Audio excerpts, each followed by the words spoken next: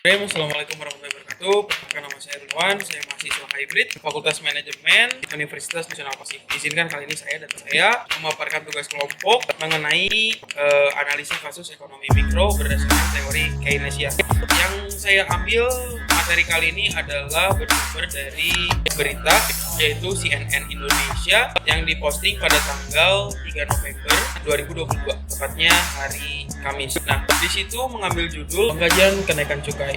Itu diusungkan oleh para pengusaha cukai dan petani cukai legal di Indonesia tentang kenaikan cukai yang akan berlaku, yang akan ditetapkan oleh pemerintah.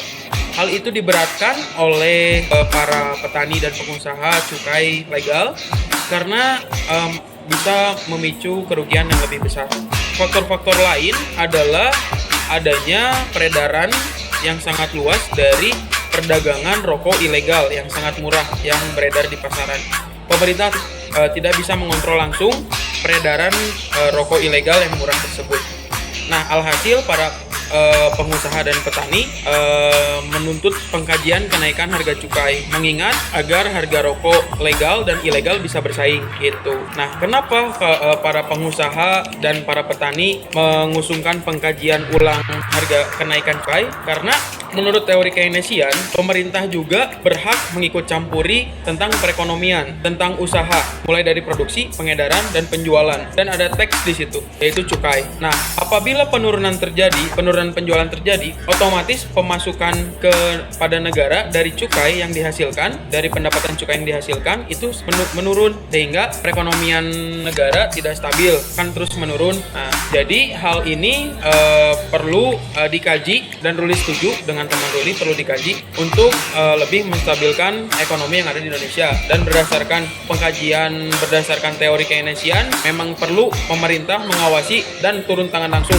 agar perekonomian tetap stabil. Untuk solusinya, penyelesaian kasus yang Ruli dapat dan menurut Ruli itu pemerintah mesti mengkaji ulang kenaikan cukai untuk menstabilkan perekonomian para pengusaha tembakau, karena kalau misalkan pendapatan para pengusaha tembakau menurut teori Keynesian pula, kalau misalkan adanya seperti itu bakal ada pengurangan karyawan ya. Untuk dampak dari penurunan pendapatan ya akan ada pengurangan karyawan atau pemecatan. Jadi alangkah baiknya penyelesaian kasusnya dalam kasus kali ini pemerintah mengkaji ulang tentang kenaikan atau tidak dinaikkan. Kalau bisa diturunkan, kalau misalkan tidak ya tidak dinaikkan. Stop sampai sekarang cukai yang ada sekarang, peraturan sekarang, dan stop batasi peredaran rokok ilegal gitu. Pemerintah harus turun langsung untuk menjaga kestabilan ekonomi juga gitu. Nah, paling selanjutnya akan disampaikan oleh rekan Ruli. Silahkan Kang. Baik Kang Ruli, terima kasih. Sebelumnya, kenapa sih cukai itu sampai menjadi pemberat? Cukai merupakan penyumbang pemasukan negara yang utama, di mana cukai memberikan kontribusi yang terus meningkat pada setiap tahunnya.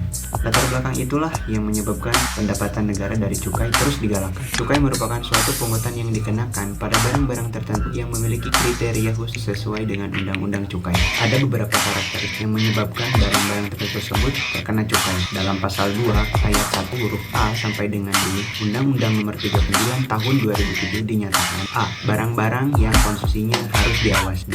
Barang-barang yang kod distribusinya harus diawasi. C. Barang-barang yang konsumsinya berdampak pada rusaknya lingkungan hidup dan masyarakat. D. Barang-barang yang konsumsinya memiliki dampak negatif terhadap lingkungan hidup dan masyarakat di sekitarnya. Dari penjelasan undang-undang tersebut dapat disimpulkan bahwa cukai akan dikenakan pada barang yang perlu dikendalikan konsumsi. Dalam hal ini yaitu cukai pada tembakau. Tembakau memiliki dampak terhadap kesehatan konsumsi. Salah satu jenis barang yang kena cukai di Indonesia adalah produk tembakau, di mana yang lebih dikenal dengan istilah rokok, di mana rokok sendiri merupakan suatu produk yang sangat diminati oleh masyarakat Indonesia. Jumlah perokok aktif di Indonesia berjumlah sebanyak 60 juta orang, termasuk anak-anak.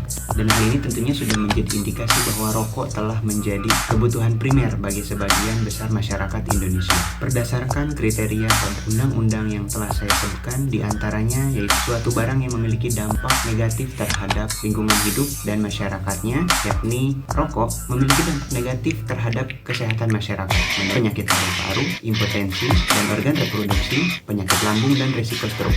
Berdasarkan dampak negatif ini, pemerintah menerapkan cukai yang cukup tinggi terhadap produk hasil tembakau.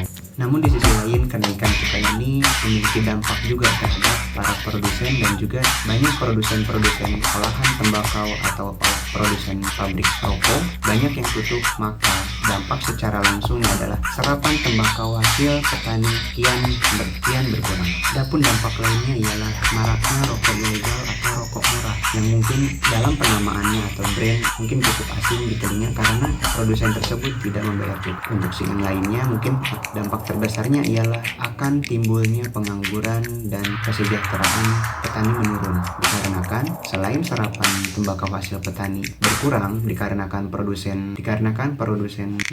banyak produsen yang tutup, dampak domino lain ialah banyaknya pengangguran dikarenakan karyawan atau pekerja di produsen rokok tersebut banyak yang dirumahkan. Sedangkan untuk selanjutnya yaitu untuk menghindari atau mengakali aturan cukai tersebut, banyak produsen atau pengusaha yang mendowngrade atau menurunkan kualitas rokoknya untuk menghindari atau untuk menutup kerugian dari kenaikan cukai tersebut.